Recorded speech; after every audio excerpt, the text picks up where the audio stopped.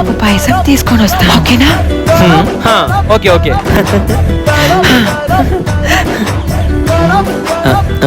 పిచ్చి పిల్ల.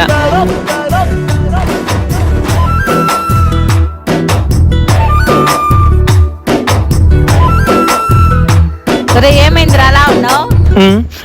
ఏం లేదు మా, ఇందాక నేను సుమా ఇద్దరం బాగా తిట్టుకుని అడుచుకున్నాం. తప్పు నాదే, అనవసరం ఖర్చు నన్ను ఆలోచిస్తున్నా. అలా అయితే వెళ్ళి సారీ చెప్పు, సరిపోద్ది. అంతేనంటావు మమ్మీ?